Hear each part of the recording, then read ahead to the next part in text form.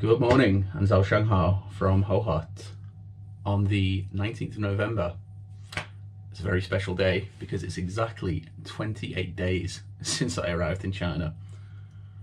28 days ago, I boarded a flight from Manchester to Xiamen, and since then, all I have known is four walls. But I'm finally free today. It feels strange. I feel almost nervous, like a little agoraphobic, which is it's odd for me to say because I very rarely spend much time inside, but for the past month I've only known hotel rooms. But I'm finally free, finally ready to get out and do some exploring. Freedom time. Right, where to first? Well, rather boringly, I have to go to my old apartment site because my coat's there and it's freezing. I mean, it's not freezing really, I'm over exaggerating there, but yeah, I'm gonna go meet my friend Martin because I'm not actually allowed on my site where I live, even though I've been in quarantine for 28 days and I've done 5 COVID tests. I'm still not allowed onto there, but I'll talk about that at another point. So my friend Martin's the hero of the day. He's got to bring my coat down for me. So I'm gonna jump on the metro and head down to my old site.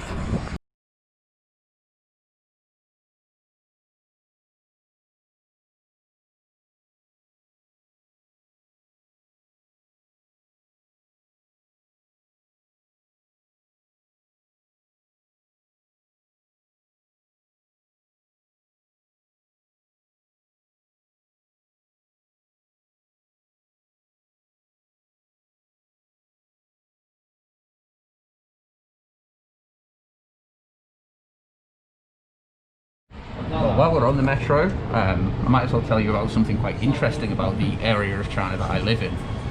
So I live in Inner Mongolia, which is one of the autonomous provinces of China. This means that there's a high amount of a certain ethnicity. Here it's the Mongolians. So by law, every sign, and every shop sign, every shop front, road sign, safety sign, has to be written in 2 languages. So it's written in Chinese, and it's written in traditional Mongolian script. This is something you'll see in a lot of my videos. Now, Mongolian script is in fact only used here in Inner Mongolia. Even in the country of Mongolia, they don't use this script anymore. It's like it's an old language. I think it's such a cool looking language. I mean, I can't speak any of it, but it's pretty cool. Cool to look at anyway. Right, I told Martin I'd be there in 15 minutes, and I just checked, and that was 30 minutes ago, so I better get a move on. Fortunately, Martin's lived in China lived in Inner Mongolia for about 15 or so years, so I know he could deal with a cold. But yeah, sorry Martin, I owe you more than 1 beer. In my defence, I don't have any 4G on my phone, so I can't contact him. And it's been a while since I've been in Hohhot. I forget how big the city is. We're not in Liverpool now.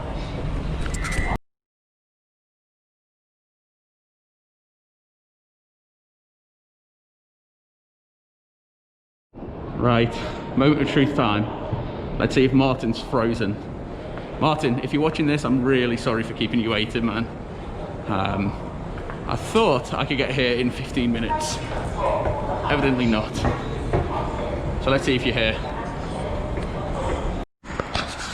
Here's my hero of the day. Martin, saving the day for me, bring my coat. Thank you so much, man. Oh, there we go. That's more like it. I'm telling you, these flimsy Primark jackets, they're great in the UK. But when you live in somewhere that drops down to -20 degrees, you need something proper. So one quick change later, I'll pop back to the hotel, drop my things off, and then hopefully go and look at something a bit more interesting than the university where I live. So back onto the metro, and then I think we'll head out to the west of the city, out to the Huimin district. Welcome to the far west of Hohhot city, in a district known as Huimin. Hue Min's a little different to the rest of the city, and I'll explain why later. But as I mentioned before, this city is made up of quite a lot of Mongolian people. Now the vast majority of Chinese people are Han Chinese. About 91% of the country are made up of Han Chinese people. But there's actually 55 ethnic minorities who are officially recognised by the Chinese Communist Party. Obviously in this city, in this province, there's lots of Mongolians, but the third largest people group in China are known as the Hui.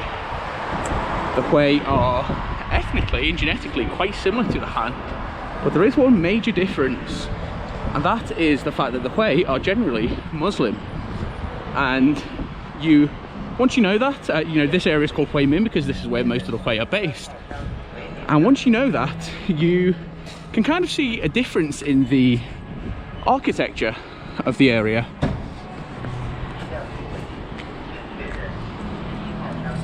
You know, most of the restaurants here are halal. You'll see lots of people wearing traditional Hui outfits. The men usually wear a kind of white cap, and the women usually wear a headscarf that you would expect to see in Islamic countries. So we'll take a little look around Hue Min and I'll show you what it has to offer. I think when you think of Chinese architecture, you very rarely think of buildings that look like this. You know, I've been to the Middle East, I've been to Kuwait, I've been to Egypt, I've been to Turkey, and you're looking at these buildings, you could almost be in them countries if it wasn't for the Chinese writing and the Mongolian writing on the buildings. Yeah, you might not know that you were in China, at least based on the architecture anyway.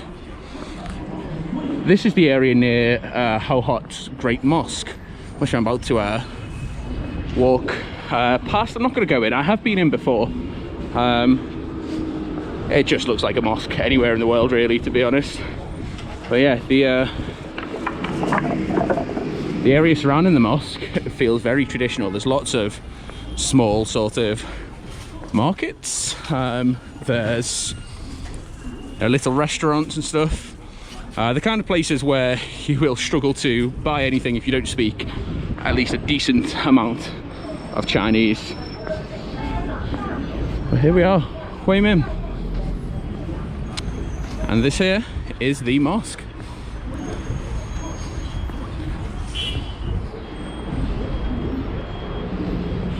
One thing I really love about this mosque is the way it blends both architectures really. You know, from a distance, you might just think it's a typical Chinese temple, a Buddhist temple, or something similar. But if you actually look up at the top, I don't know if you can see that, but it has the crescent moon that you associate with Islam. And some really beautiful artwork. I can't go in, but I will just show you a little bit of inside. And next to the mosque is the real standout building of Hue Min. I mentioned that the Hui people, the men at least, are known for wearing these sort of white caps, and this building is modelled on that cap. I don't know if you can see at the top, but on top of this building is a white cap, you know, to sort of commemorate the Hui people. The Hui are actually the third largest group in Hohhot as well, obviously behind the Han and the Mongolians. But yeah, welcome to Hue Min. Now we're going to head a bit further down, and I'm going to take you down to the old part of the city. This is the place I really like to take tourists when they come and visit, and it was the first time I really felt like I was in, you know, China, the China that you see on TV, or the China that you read about in school, like ancient China. It's a really special place to me. It tells you a lot about the history of this city, how the city was founded on its Mongolian roots and its Chinese roots, on its Buddhist roots. So that's just next to Hue Min. So two sides of Chinese history that we're going to see. So let's head over there, take a little bit more of a look around Hue Min, and then yeah, head to the temples. I won't be going in today. I've been in plenty of times, but I will make a proper vlog about it at some point. Now, in between Hue Min and the Temple District, you have to, somewhat unfortunately for me, walk through the animal market. It's not an area I particularly like. Particularly because anyone who knows me knows I cannot stand things like pigeons or just birds in general. And man, there's a lot of pigeons for sale down here. I don't know what for. Racing, I guess. But it's like being back on the streets in Birkenhead. I'm really not a fan of it. But I will show you a bit. Just going up to this bridge. This bridge gives you actually one of the best views across this district, I always find. It sort of accentuates the fact that we are quite far out west here. You see the mountains in the distance. Hohhot as a city is actually built on a plateau in the mountains. The city itself is elevated higher than the highest point in the UK. It's higher than Ben Nevis. And that's just while you're just walking around the streets, you know. It's one of the things I often forget when I get back here. I get out of breath a lot easier because the air's so thin. You know, we are up in the mountains, really. Now, I don't know how well you'll be able to see them, but I will try and give you a little look over the bridge anyway. See the mountains out there. The river that hasn't frozen yet, it will do soon. And a reminder that we are still in Hue Minh, just over there. Oh man, I'm out of breath already.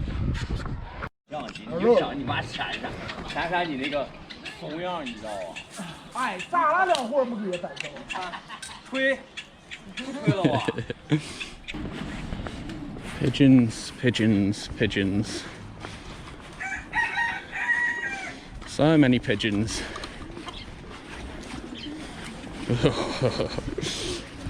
I'll tell you what, I should collect some in Birkenhead and I'd make a killing. Now fortunately, I'm a vegetarian, I don't eat meat. Just thought I'd get that out there in my first vlog, just to fit the stereotype, you know. That said, I've still always felt a little on edge about these little meat shops right next to the animal district. I'm sure they're absolutely fine. I'm sure it's all lovely high quality meat. But you see that many pigeons about? I don't know, makes you feel a bit uncomfortable.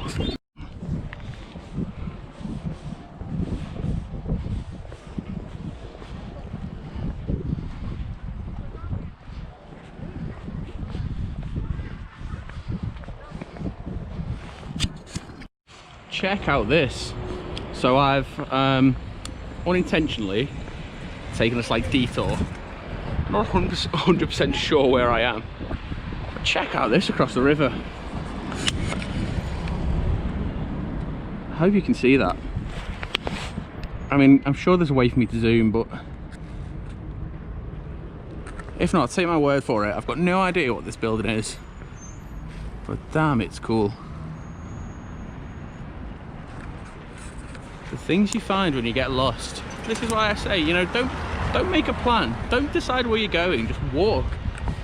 You know, some of the best things I've ever found in my life have been when I've been lost.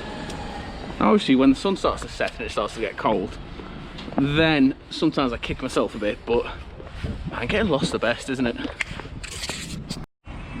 Now we're finally here in the Temple District.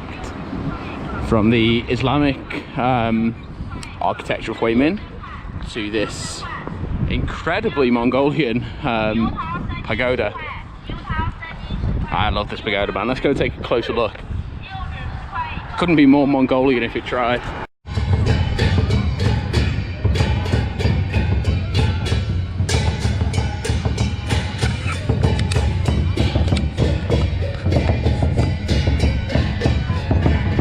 It might not be tranquil, but it's pretty cool.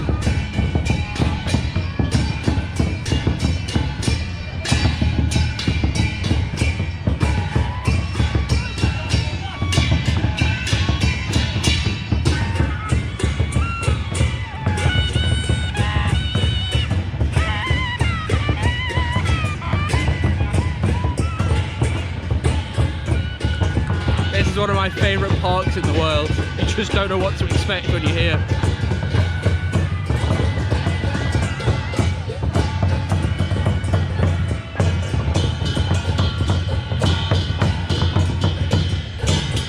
And there's very few parks that have got a centerpiece like this.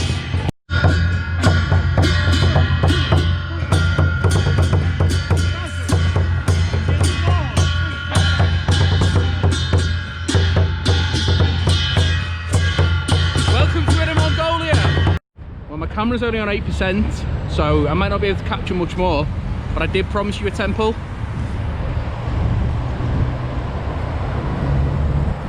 Here we are, Temple District. If anything cool happens, I'll try and catch it on my phone. But if not, then I guess we'll leave it here. I'm going to take a little walk through the Temple District. I promise I will make a proper video about Dajar Temple. But for now, man, it's good to be back out and exploring. Well, I hope you enjoyed this little whistle-stop tour of the west of Hohhot. Plenty more where this came from. I'm going to be in Hohhot for at least 3 more months. Then we'll see what the future holds.